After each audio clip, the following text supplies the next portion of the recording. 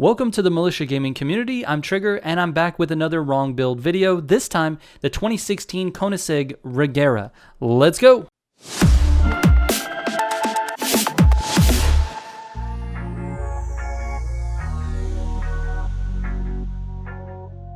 Alright, real quick before I get into the video, I just want to say thank you. I appreciate every single view that comes my way because I know that you guys could be watching anything else on YouTube and I'm not sure YouTubers say thank you enough. So please, take this thanks. My gratitude is enormous.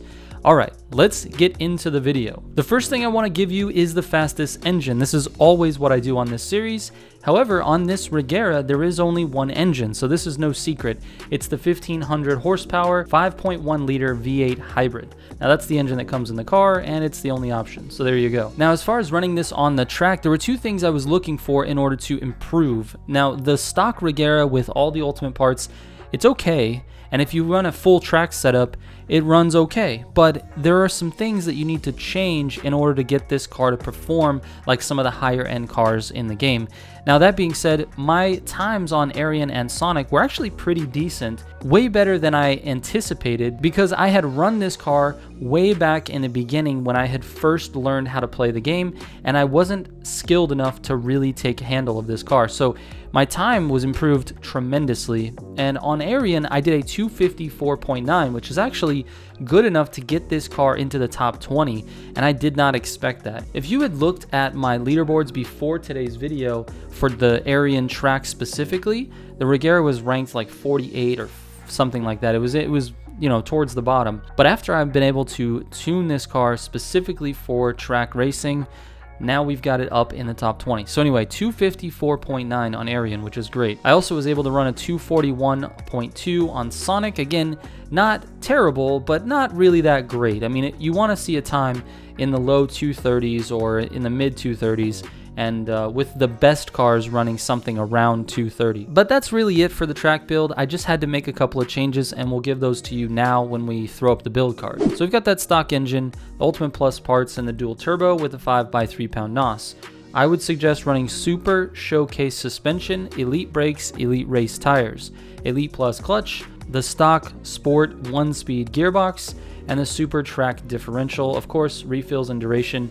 And then your steering sensitivity, I would throw it all the way up at +5 and downforce -3. Traction control off and drift style on brake. The brake drift style does make quite a bit of difference. I know it's a little bit of a preference setting, but it does make a difference on how the car handles, so I definitely recommend it. All right, let's move on to drag racing. So being that this car has only one gear, it is horrible for drag racing. I mean, think about it. If the one gear has to work from 0 miles per hour all the way up to 240 miles per hour, which is what this car can top out at, the amount of power that you're going to get at 0 or 1000 RPMs is just nothing. You're not going to get hardly anything, and you can feel it when you press the gas. You're like, when is this car going to get going? And even with NOS, it doesn't do great. So its quarter mile time, I was able to get it down to 8.8, which again is not very good at all.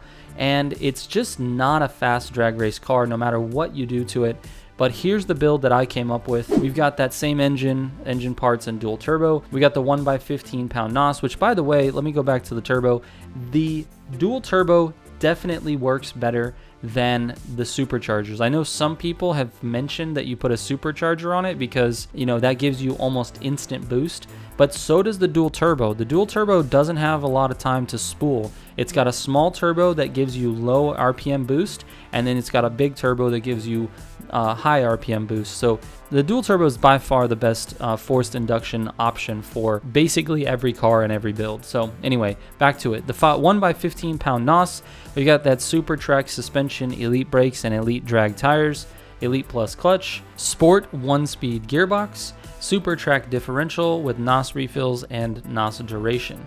Steering sensitivity +5, downforce -5, traction control off, and drift style on brake. Moving on to the drift build. All right, this car really doesn't drift well. Like, it just doesn't drift hardly at all. It scores okay with the right parts on it, and you can control it with a different set of parts, but it really just takes a lot of effort. Like, it's not something that just slides naturally. It's not something that just feels good. Like, my Evo 9 drift build just feels great to use. This one doesn't. This one feels terrible. It doesn't score as well as you would like it, and it's really difficult to try to control it. That being said, I've got something that actually does work, and with the correct person behind the wheel, you can definitely 3-star all of the events with this car. Let's go ahead and show you the build, and then we can move on to off-road. We've got that same engine, the Ultimate Plus engine parts, and the Ultimate Dual Turbo 5x3 pound NOS, and the Pro Drift suspension. We've got Elite brakes and Elite Showcase tires, Elite Plus clutch, the 1-speed gearbox that comes with it, the Pro Drift differential, and then NOS refills and duration, and of course steering sensitivity all the way up, +5, downforce all the way down, -5, traction control is off, and drift style is on gas. Lastly, let's take a look at the off-road. All right, so this Regera did not perform very well off-road either. I mean, it's all right on shorter courses, but it's horrible on longer, straighter courses.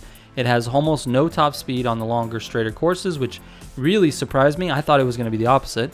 I thought it would do terrible on smaller, tighter courses, and I thought it would be really, really good for longer, straighter courses because it has a huge top speed on the track, and usually that translates. Usually with the top speed being so well on pavement, you usually get that same type of top speed ability in the dirt, but this one just bucked the trend on that one. So anyway, it ran a 152.2 on HTV2, which is actually not too bad, and it ran a 320.4 on Rumble, which is actually kind of bad. So if you look at those, you put those 2 times together, that's how I usually rank these cars, is a combined time between HTV2 and Rumble, and it gives you a 512.6. So a 512.6 actually puts it at around number 52 or 53 out of 76 cars that I've tested. So it's really not that great. I wouldn't recommend it for off-road. Its only real ability to do anything is on the track, as it is in the top 20 for track racing. So anyway, here's the off-road build. Let's throw it up there. That same engine parts, dual turbo, 5x3 pound NOS, like always.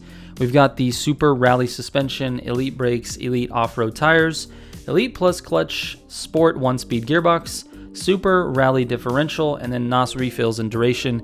And of course we do the same steering sensitivity, +5, downforce -5 on the off-road. I do like the drift style on gas for this particular one because it feels a little better in the dirt. So go traction control off, drift style on gas. And with that, I'm gonna end the video, but not before mentioning my second channel. Guys, if you like car builds, you know, I've become a little bit known here in Need for Speed for building cars, but if you like real car builds, you can check out my second channel. We just started it. I've got a couple of videos up there. We are building a 2004 Acura RSX Type S. So it's a really awesome looking build already, but we're going to try to make it look even better, and we put out a couple of videos so far. I'm doing a video about every couple of weeks, so you know you won't be spammed with notifications on this. But that is the secondary project. So yeah, if you guys like real car builds, go over there, check it out, subscribe, and let me know what you think of the build going forward. It'll be a nice, fun series to kind of follow the build there. Hey, before I go, shout out to all the Heat 5 members of the channel.